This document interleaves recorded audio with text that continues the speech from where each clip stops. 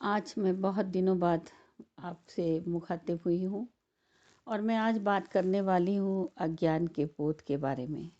यह अज्ञान का बोध, क्योंकि हम में से बहुत से लोगों को ज्ञान का बोध होता है। सबको लगता है कि हम बहुत ज्ञानी हैं और अज्ञान तो वो समझता ही नहीं कि हमें किसी बात का है। तो ओशो के विचारों पर आधारित मेरे ये आज का एपिसोड है जो मैं आपसे शेयर करना चाहती हूँ। और मुझे ये बात सही लगती है कि इससे पहले कि हम ज्ञान के बोध को समझ सकें, ये बहुत ज़रूरी है कि सबसे पहले हमें ये बोध होना चाहिए कि अज्ञानी हैं। जब तक हमें अपने अज्ञान का बोध नहीं होगा, हम किसी सत्य को नहीं पा सकते। और सत्य को पाने की पहली शर्त है कि हमारे अंदर से अज्ञान का अंधकार मिटे।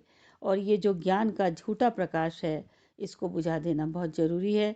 और ये झूठा प्रकाश कैसा है, इससे पहले कि मैं इस झूठे प्रकाश के बारे में आपसे कुछ कहूँ, मैं आपको एक छोटी सी कहानी सुनाना चाहती हूँ।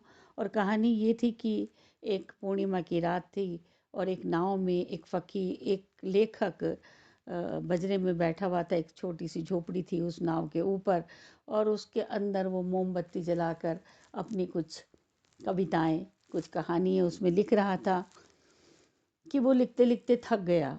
और थकने के बाद उसने सोचा कि चलो मैं इस मोमबत्ती को बुझा देता हूँ, अब थक गया हूँ।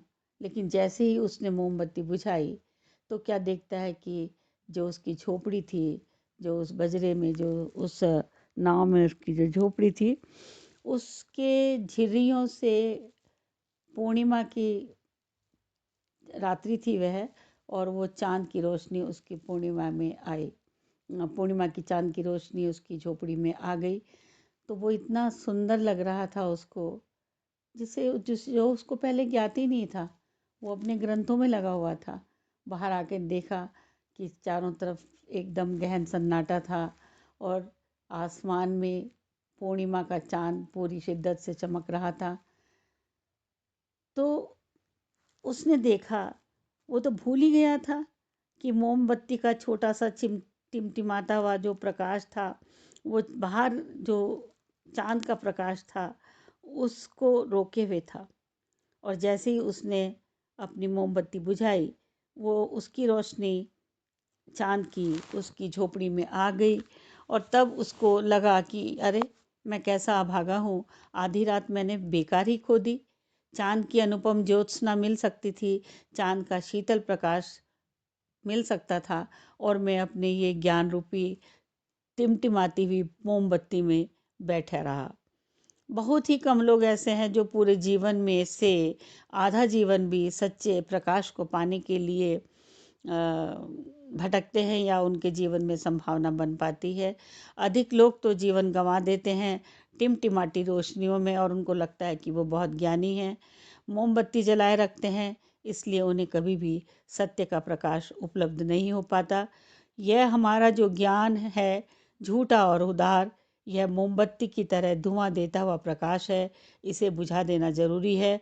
तो जो सत्य के आगमन की प्रतीक्षा में है, उन लोगों को सत्य के प्रकाश के लिए अपना ज्ञान संबंधी जो रोशनी है मोमबत्ती की, उसको बुझा देनी चाहिए।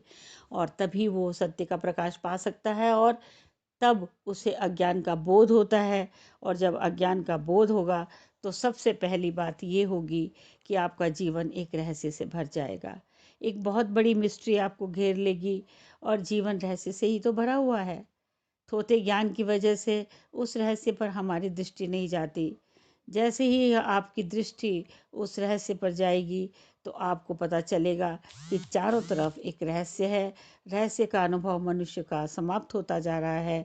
धर्म ग्रंथों ने उसे समाप्त किया है, विज्ञान ने उसे समाप्त किया है, साहित्य ने, सभ्यता ने उसे समाप्त किया है।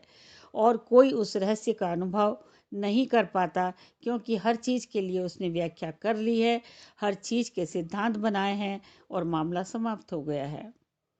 तो कोई चीज़ है जो आपको रहस्य से भरती है? आकाश में घूमते हुए बादल, उड़ते हुए पक्षी, और सुंदर सुंदर आपके चाँद की रोशनी, आप अवाक होते हैं? चित्त के में रहस्य की लहरें नहीं उठती, चकित होने की, आश्चर्य होने की भावना नहीं उठती, तो आप कैसे धार्मिक हो सकते हैं? कैसे आपका चित्त धार्मिक हो सकता है? तो इस बारे में मैं फिर कभी चर्चा करूँगी। आज मैं सिर्फ इतना ही बताना चाहती हूँ कि अपने अंदर रहस्य के बोध को जगाइए। थोथा ज्ञान जो आपके बीच में आ जाता है, वो रहस्य से हमारा संपर्क नहीं करने देता। और जीवन तो प्रत्येक क्षण रहस्य है, सब अज्ञात है, सब अननोन है, लेकिन हम सबकी व्याख्या करके इस भांति बैठ गए हैं जैसे हमें सब ज्ञात हो गया है, सब नोन हो गया है।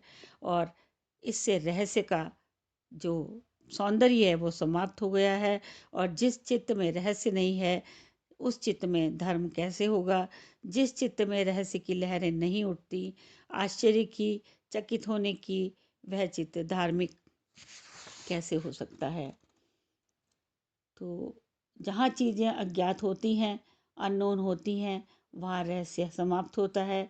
जिसे हम नहीं जान पाते, उसमें रहस्य कायम रहता है। और क्योंकि इंद्र ने बादल भेज दिए तो रहस्य समाप्त हो गया। तो इसलिए अब इस पागलपन से बचें। और इससे पहले कि कोई विज्ञान, कोई साहित्य, कोई धर्म हमें अपनी व्याख्याएं दे, अपनी व्याख्याएं समझाएं, हम रहस्य से भरें और अपने प्रश्न पूछें, अपना रहस्य चुनें, अपना रहस्य देखें, और तब हमें जीवन का आनंद बोध प्राप्त होगा।